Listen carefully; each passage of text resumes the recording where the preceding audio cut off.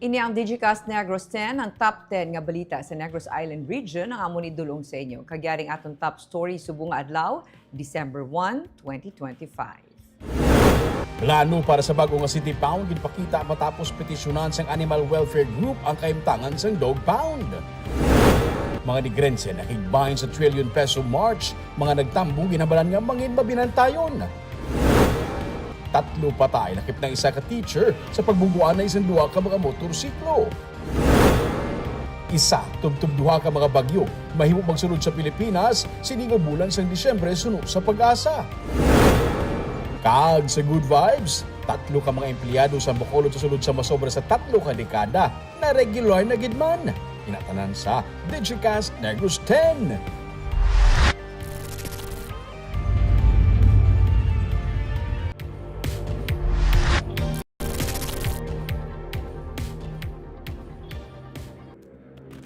Sa number 10, isa tubtub duha ka bagyo mahimo magsulod sa Pilipinas sining nga Disyembre suno sa pag-asa. Ang ginamonitor sa pag-asa nga cloud cluster o kunang pagtipon-tipon sa panganod sa eastern portion sa GUA. Sa Philippine Area of Responsibility, ang subong nga hapon isa na ka low pressure area. Ang ini nga LPA ang may tsansa man nga mangin isa ka bagyo kag kun mangin bagyo na tawgon ini nga Wilma. Sini nga Disyembre, ginapaabot nga may isa tubtub duha ka bagyo nga masulod sa Pilipinas. Kung mangin isa gidman ka bagyo, ini ang ika-23 na nga bagyo nga masulod sa Pilipinas. 2013 ang ulihi nga naglabot sa masobra 23 ang bagyo nga nagsulod sa Pilipinas. Sa amuman nga tuig nag-igo ang super typhoon nga Yolanda sa pungsod.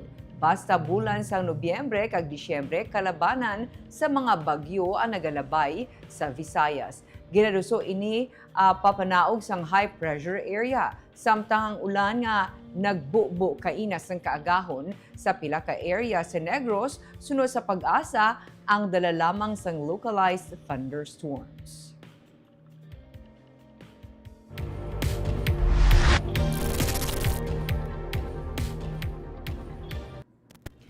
Sa number 9, voter registration apektado man sa sunod-sunod nga mga bagyo. Humalin sa October 20, tubtub sa nagligad lamang nga semana, may masobra sa 33,000 ang tigayo na nagparehistro sa Commission on Elections Negros Island Region. Sa datos ng COMELEC NIR, sa sulod sang 6 ka semana, may 22,913 ka mga application for voter registration ang gin-process sa Negros Occidental. 10,270 naman sa Negros Oriental, kag 572 sa Siquijor. Ginpatuman man ang Register Anywhere sa Bacolod City, Dumaguete City, kag Banwas ng Siquijor. 69 ang nag-apply pagi sa Register Anywhere sa Bacolod, kag 14 sa Dumaguete City. Suno kay Attorney Lionel Marco Castellano, ang Regional Director ng COMELEC NIR, manubo pa sa karon ng voter turnout.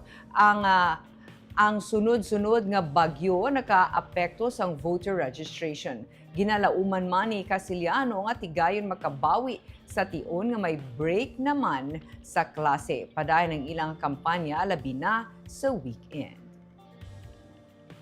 Sa tingin ko, baka this December, pag wala na naman mga class, sana kami babawi dyan. Kasi sa ngayon, pinupuntahan na namin yung mga Barangay. schools, Mm-mm. mga schools at barangay. Yung schools at barangay, yung inuuna talaga namin yung schools kasi bumalik na yun sa RI. Opo. So, doon na namin sa yung mga colleges. Kasi napapansin namin, lalo na pag Saturdays, mahina talaga. Kaya yung Saturdays, pumupunta kami ng mga barangay.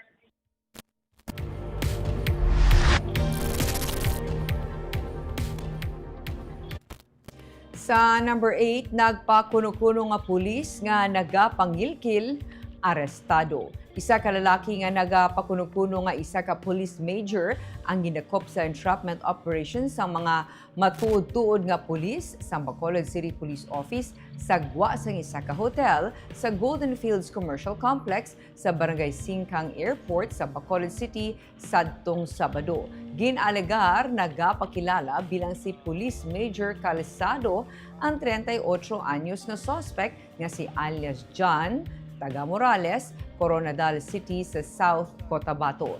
Ginaresto ang suspect may angot sa kaso nga 16 counts of robbery extortion nga naglabot sa 700,000 pesos kag usurpation of authority bangod pakilala ini nga pulis. Nakuha sa iya ang 3,000 pesos nga kwarta, 18 ka panid sang tig 1,000 pesos nga budol money, isa ka cellphone kag salakyan. Sunod sa PNP, ilagin patigan ng entrapment matapos makabaton sa madamo nga reklamo angot sa pagpangilkil sa suspect kabaylo nga hindi pag-ibay-bust ang iya nga mga biktima.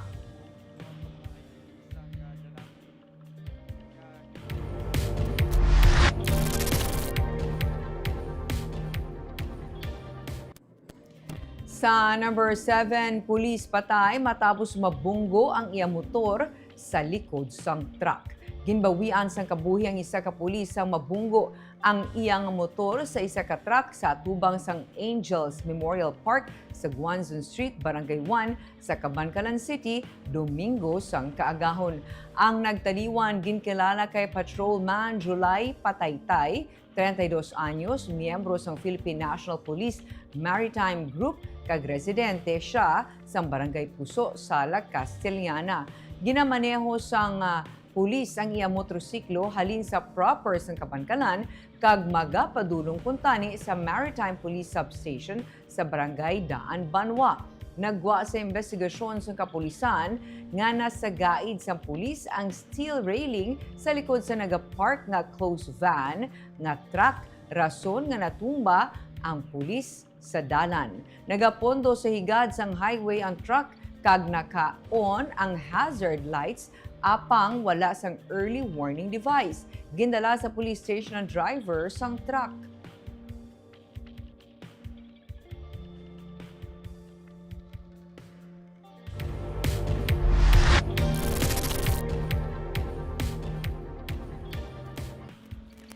Sa number 6, 3 ka mga persona ang patay matapos magbungguanay ang duha ka mga motorsiklo sa Hacienda Alipion, Barangay Lalagsan sa Banwas ng Castellana, Negros Occidental, Domingo sang kaagahon. Dead on the spot, Sanday Vicente Mission II, 46 anyos, isa ka public school teacher sa Barangay Tinungan sa Isabela, kag si Yongyong Ramonte, residente sa Barangay Cabagnaan sa La Castellana. Nadala pa sa ospital ang backrider ni Ramonte nga si Renan Elumba, taga Barangay Cabagnaan, apang siya ang napatay man. Nagwa sa investigasyon sa La Castellana PNP nga padulong sa proper sa La Castellana ang motor nga ginamaneho ni Ramonte sang ila mabungguan ang nagasugata nga motor ni Mission. Ginalagar nga yara sa impluwensya sang makahulubog nga ilimnon si Ramonte sang ila ginbungguan ang motor sang maestro. Bangod sang impact sang head-on collision, nakaangkon sang madamo nga pilas ang 3 ka mga imbulbado sa insidente.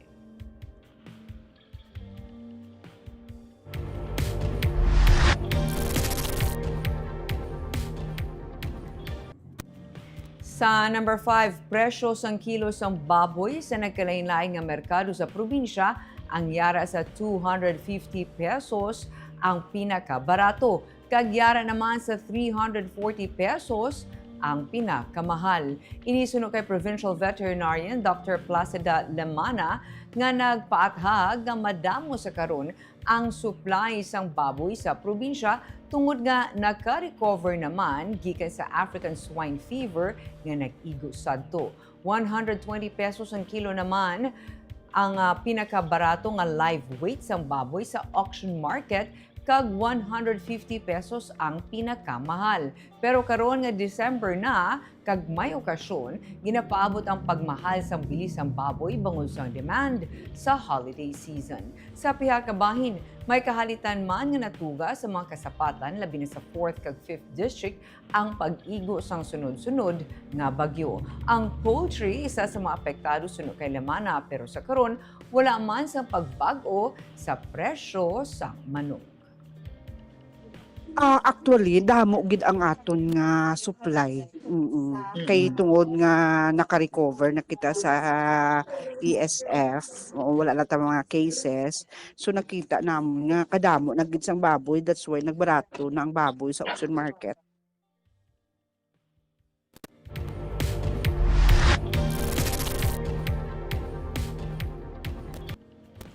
Sa number 4, nahumana ang deliberation para sa 2026 proposed budget sang probinsya. Inisunod kay 1st District Board Member Lawrence Marcelin de la Cruz nga mo ang chairperson sang Committee on Finance. Matapos ang deliberation sunod kay de la Cruz, buwas sa session sang Sangguniang Panlalawigan, talakayon ang 7.6 billion pesos nga proposed budget. Buwas pa mahibaluan sunod kay de la Cruz kung may mga pagbag-o pa. Gani ini ang ginahulat pa ni De La Cruz. 7.3 billion pesos diriya sa General Fund kag 294.6 million pesos naman ang para sa Economic Enterprise Development Department. Kung ipaangin sa 2025 budget, 17.98% ini nga mas mataas. Ang National Tax Allotment o kung NTA ang 6.6 billion pesos, ang 90.87% nga source sang pondo kag ang nabilin o kung ang 668.5 million pesos ang magagika na sa local sources. Wala naman siyang kwan, siyempre, pasarta kay di importante na, no? Kag ikaduwa, kung may pagpag-uman, i-amenda or pwede man na or supplemental, tuwid na ang budget naton. It is not always final.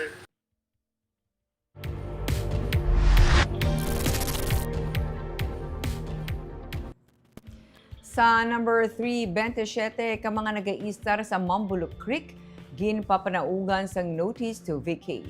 Ginpahayag ni Mayor Greg Sataya nga ang pag-istar sa mga residente sa creek nagadalas ng seryoso nga risgo sa ila kaluwasan. Labi na kung magtaas ang tubig sa tion sa mabaskog nga ulan. Ang presensya sa mga balay sa tunga sang sapa nagapadugay man sa normal nga pag-ilig sang tubig. Rason nga makahatag sang mas grabe nga pagbaha kag peligro sa mas madamo pa nga residente sa palibot. Subong, yara na ang syudad sa final stages ang koordinasyon upod sa Presidential Commission for the Urban Poor para masiguro nga ang proseso sang pag-relocate sang mga residente. Lakip diri ang pag-identify sang pwede nila masaylohan, pagproseso sang dokumento, kag paghatag sa nagakaigo nga bulig nga angay sa ila sitwasyon.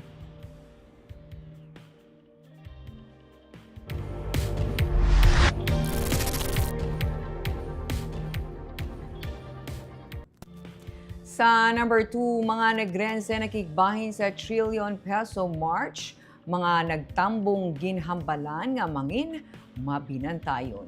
Ginabulubanta nga yara sa 2,000 sunod sa Bacolod City Police Office ang nagtambong sa trillion peso march sa Bacolod City. Nagmarcha halin sa Capitol Lagoon kag sa Lupit Church ang mga nag-upod sa aksyon protesta gikan sa nagkalain-lain nga sektor. Bit-bit ang mga placard ginapanawagan nila nga dapat may manabat sa natabo nga kinawatay sa kabansang gobyerno. Isa ka programa ang ginpatigaan sa plaza. Sa speech ni Anay Negros Occidental Governor Alito Coscolluela sa grupo nga Tama Na, kag isa sa mga nag-organisa sa protesta, nagpanawagan siya sa mga negrense nga hindi lang sa aksyon protesta dapat mangin aktibo ang mga ordinaryo nga pumuluyo. Dapat mangin parte sang solusyon ang tanan. Pareho sang pagbantay sa mga iligal nga istruktura nga ginapatukod sa mga creek nga ginahalinan sang baha kag pagbantay kag pagsaway sa mga nagahaboy sang basura bisan diin lang. Pero dapat may mapreso na kag ibalik ang kinawatan nga kwarta. Nangin malinong naman ang protesta sa Bacolod. Masobra sa 2,000 ka mga pulis kag force multipliers ang ginpalapta sa bilog nga Negros Island region para masiguro ang kalinom. Samtang ginapatigayon ang mga aksyon protesta. Sa kamayon nga rason, kag ang masubok nga batunon, ang aton gobyerno hindi na masaligan. Sino sa inyo ang may salig pa sa gobyerno? Ano ayan ang batsakon sang iban mga ekstranghero, mga investors, kung mismo ang Pilipino way salig sa iya gobyerno, ano nagidayan sila? So angay gid may ari kita sang pagkambyo, kag mauna ini sa pag-untat sang tinunto sa gobyerno, ang pag-untat sang korupsyon.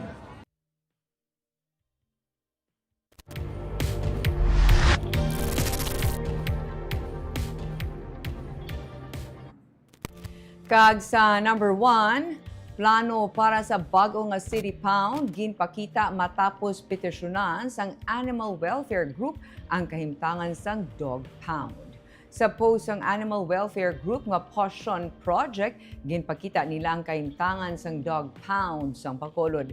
Nagaginutok ang mga ido kag wala na matinluan ang lugar. Malawig na kuno nga makaluluoy ang kahimtangan sang sini nga pasilidad sa Barangay 35 sa Bacolod. Madasig ginpasapasahan sa social media ang post. Ginpetisyonan sa nagkalain-laing nga grupo ang pagdula sa Dog Pound kag pagkaka sa City Veterinarian sang syudad. Kaina sa press conference ni Mayor Greg Gasataya, ginpakita niya ang proyekto sang lokal nga panguluhan para mapasangkad ang serbisyo kag pagtatap sa mga kasapatan sa syudad. Magasapol siya sa mga animal welfare groups sa masunod nga mga inadlaw agud i-present ang plano kag batuno ng ilang mga suwestyon parte sa pagdumala sang shelter. Ang proyekto nga igapondohan sang kapin 10 million pesos para sa pagtukod sa bag-o kag mas kompleto nga animal shelter nga may kapasidad nga maka-accommodate sang 500 ka mga ido. Magabutang man ang syudad sang bag-o nga assistant city veterinarian nga mas makahatag sang atensyon sa kasapatan sa Dog Pound. We also have a short-term plan, meaning ubrahon natin within 2 months, no, dara sa City Vet. Number 1, subong wide na kuryente for quite some time. Then, ang tubig ginpa-check na naton. Then, ang situation din mismo sa animal shelter naton, which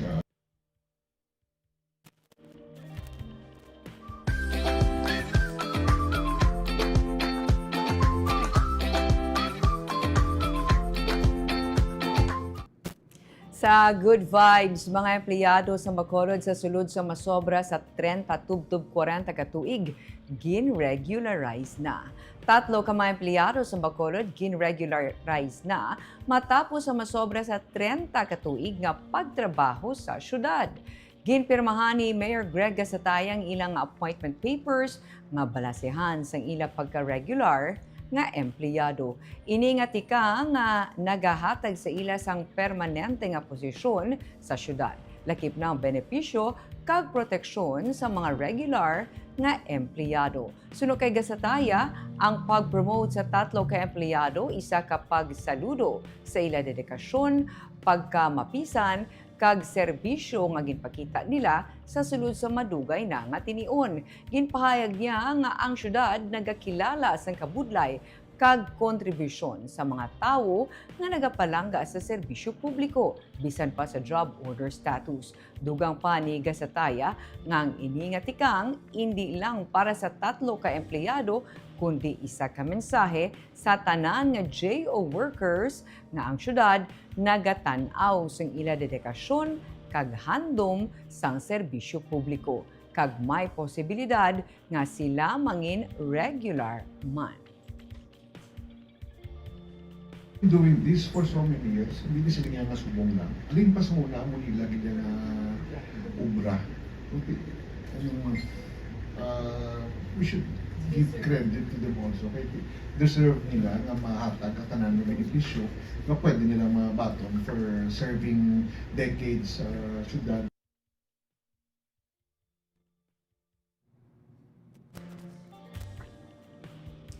Kag kita naga-shoutout sa ating mga live viewers kay John Randolph Rubin, Shona Pagran, maing hapon man sa imo, Maricon Gamboa Hayashi, good evening Miss Barbara kag Digicast, Sandra Zarzuela, Chispa Fontejon, maing hapon Digicast Negros and fellow listeners and viewers, Marvy Sepriano Aquino, good evening Digicast Negros. Kay Rolina Dorliac Alegrado, watching from Calatrava, Negros Occidental. Rolando Villanueva, maayong hapon sa tanan, watching from Pagsanhan, Laguna. Kagamuyad ton top 10 stories of the day, tub-tubwas. Ako si Barbara Mijares, maayong hapon.